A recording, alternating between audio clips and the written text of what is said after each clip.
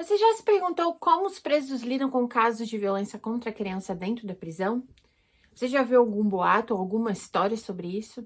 Hoje eu vou contar um pouco mais como funciona na prisão onde eu trabalho e um caso que ficou muito famoso aqui, e esse preso continua lá com a gente.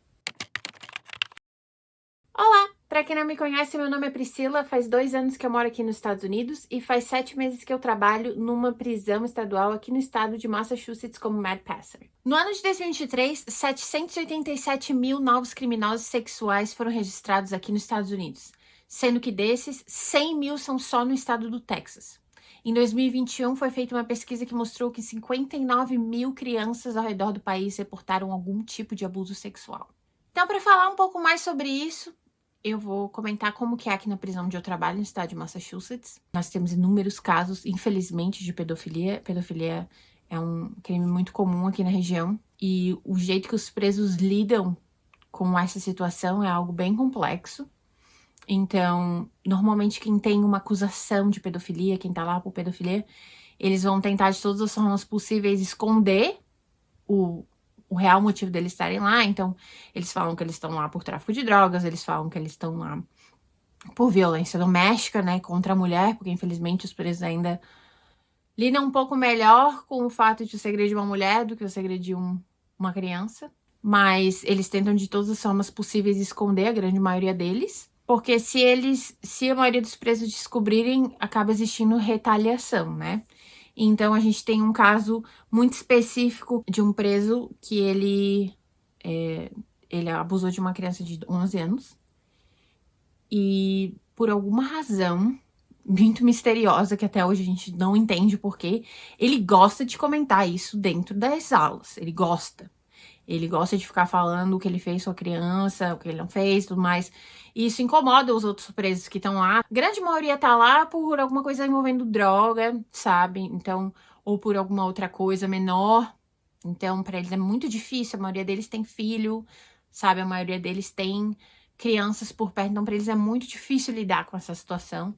E toda vez que ele falava, ele acabava apanhando de alguém. A gente que é do setor médico, a gente tava sempre atendendo ele, porque ou ele perdia um dente, ou ele quebrava um braço, ou ele tava sempre todo roxo, sempre todo machucado. E ele se envolvia numa briga, ele era automaticamente movido pra solitário. Ele ficava nessa, ele ia pra lá, ficava 3, 4 dias na solitária, voltava pra aula, falava um monte de besteira na aula, ele se envolvia numa outra briga, voltava pra solitária, ficava quase 5 dias lá.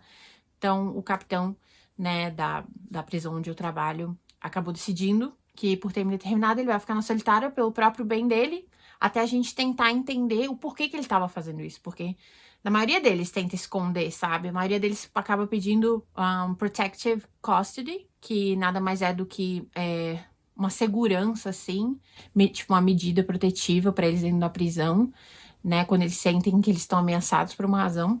Ele acabou sendo forçado a isso, por mais que ele não quisesse, mas a gente não conseguia entender o porquê que ele estava fazendo isso, né? Então, toda vez que entra um preso novo na ala, eles fazem algo que se chama check-out, né? Eles pedem para alguém de fora verificar aquela pessoa, se eles têm alguma... Não sei, se eles suspeitam de alguma coisa, se eles suspeitam que aquela pessoa nova não tá falando a verdade e tudo mais. Então, eles ligam pra alguém na rua, pra um familiar, pra alguém, pra um amigo, uma coisa, e pedem pra jogarem o nome dessa pessoa, como a gente faz, jogar no Google, pesquisar sobre a vida da pessoa, ver se consegue encontrar alguma coisa, ver se tem alguma coisa que eles precisem saber, e é assim que eles acabam descobrindo os casos e o que a pessoa fez e tudo mais, porque aqui, a região onde eu moro é uma região de cidades muito pequenas, então acaba que ou todo mundo conhece todo mundo, ou todo mundo fica sabendo o que aconteceu, sabe?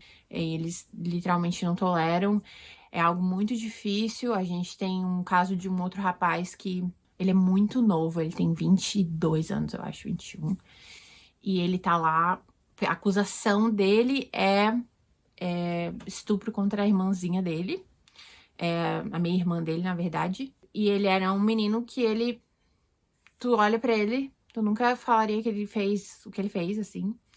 Ele trabalha muito lá dentro, porque eu vou fazer um vídeo mais futuramente explicando sobre a questão do trabalho, mas toda vez que eles trabalham lá, eles ganham good time, que é poder reduzir a pena. Então, tudo que era possível, ele tava trabalhando, ou na cozinha, ele trabalhava na cozinha, trabalhava na lavanderia, tudo pra conseguir good time. os presos lá, eles achavam que ele tava lá por tráfico de drogas. Até um dia que chegou um cara novo e acho que o cara conhecia ele, conhecia a história. E quando o cara chegou, o cara já chegou falando, não, não é bem assim, não é por isso que ele tá aqui e tudo mais. Vocês têm que falar com alguém pra descobrir a história. Daí descobriram que ele tava ali por pedofilia. Ele ficou com medo, os outros caras começaram a ameaçar ele, aí a gente tiveram que mudar ele de ala. Ele tava pra sair até esse mês, se eu não me engano, mas acabou que ele recebeu outras acusações de estupro e agora ele tá na solitária. Ele tentou tirar a própria vida, tá uma situação bem complexa, assim, mas é porque realmente não é tolerado nem só pelos próprios presos, mas pela própria sociedade num geral, assim, eu acho, sabe? E pra eles é muito difícil, assim, até por ele ser muito novo, por ele pensar, assim, como que vai ser a vida dele lá fora, sabe? Ele não tem muita perspectiva de futuro e pra isso deixa ele muito depressivo, né? Então eu quero trazer hoje pra vocês um caso com mais detalhes, que eu vou chamar ele de Jorge. É de longe o caso mais famoso aqui da região, dos últimos meses. Acho que até do último ano, assim, todo mundo comenta. Ele é um senhor de 70 anos que tinha total consciência, ainda tem total consciência de todos os seus problemas de saúde e usou da boa vontade das famílias em tentar ajudar para se aproveitar de crianças, dos seus próprios filhos, sabe? O Jorge, ele é um cara bem eloquente, ele é um cara bem simpático, ele é um cara bem engraçado, ele é um cara que tenta atrair, assim, conquistar a tua confiança, né, a todo momento. Ele fez uso disso e continua fazendo uso disso pro benefício próprio dele.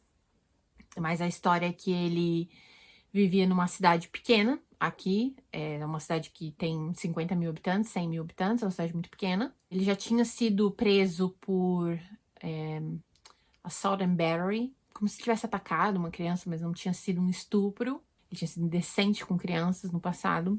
Então ele já era um criminoso sexual, né? Ele já estava no site do Family Watchdog. Ele já era para ser conhecido pela comunidade como um criminoso sexual.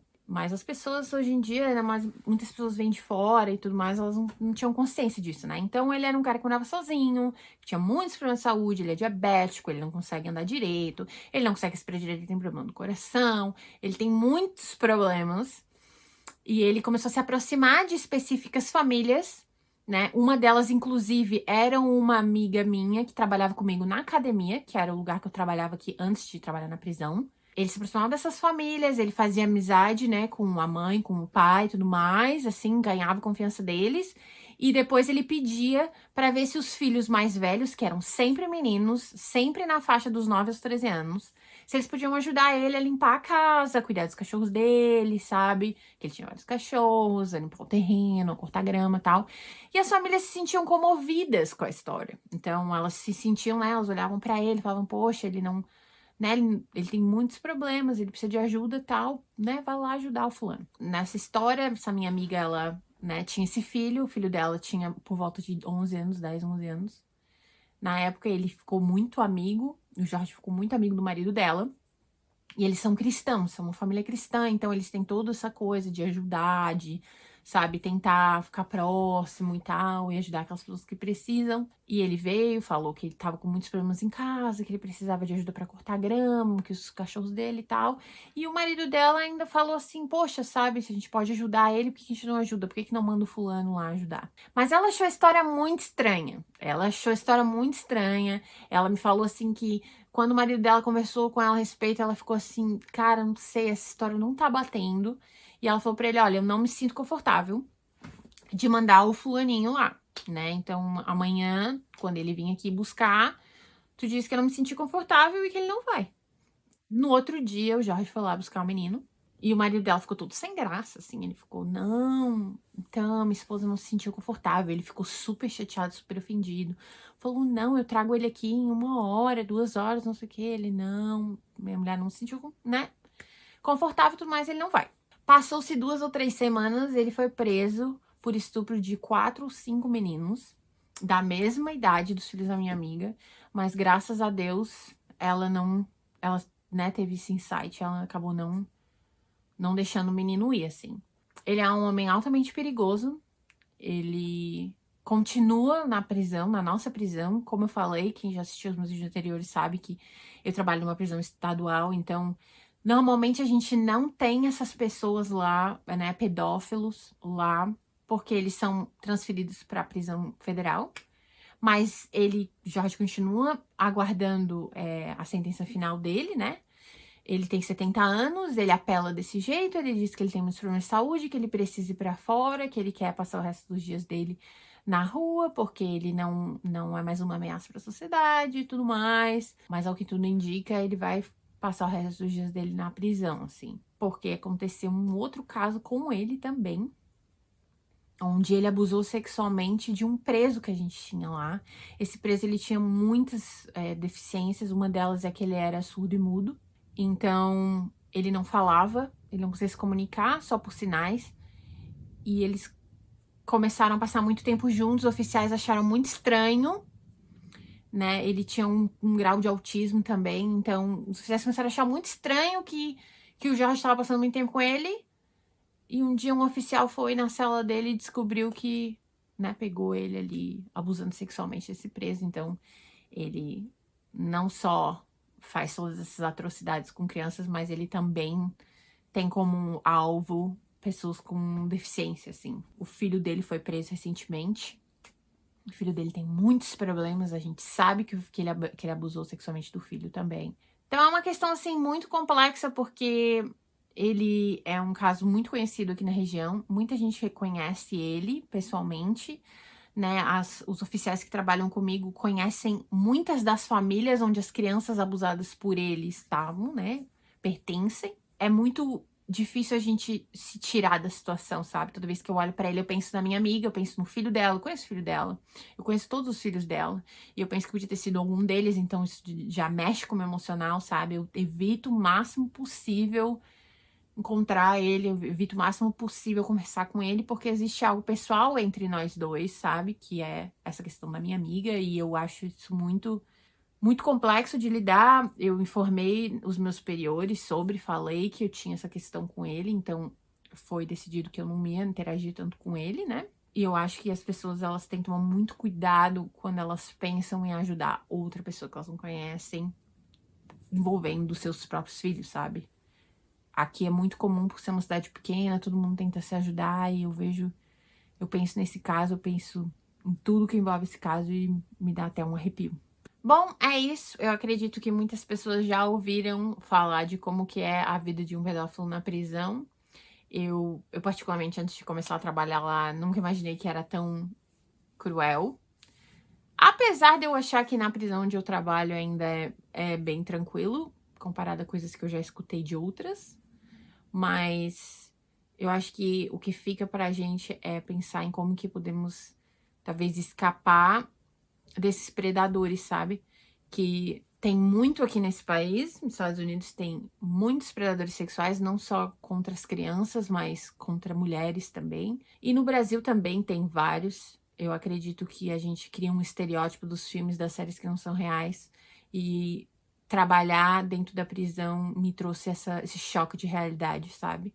De ver que eles não têm cara, eles não têm idade, porque na minha cabeça, por alguma razão, eu sempre pensei, eles são mais velhos, eles são assim, são assim. Não, a grande maioria deles tem por volta de 20 a 30 anos, a grande maioria deles são irmãos, são primos, sabe? São alguém muito próximo da família, e que a gente pensa assim, não, eu confio completamente nele pra ficar com meu filho nesse dia, porque eu preciso trabalhar.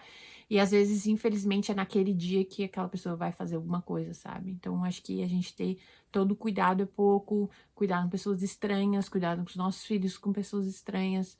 Acho que nunca é demais. Eu vejo você na semana que vem. Tchau!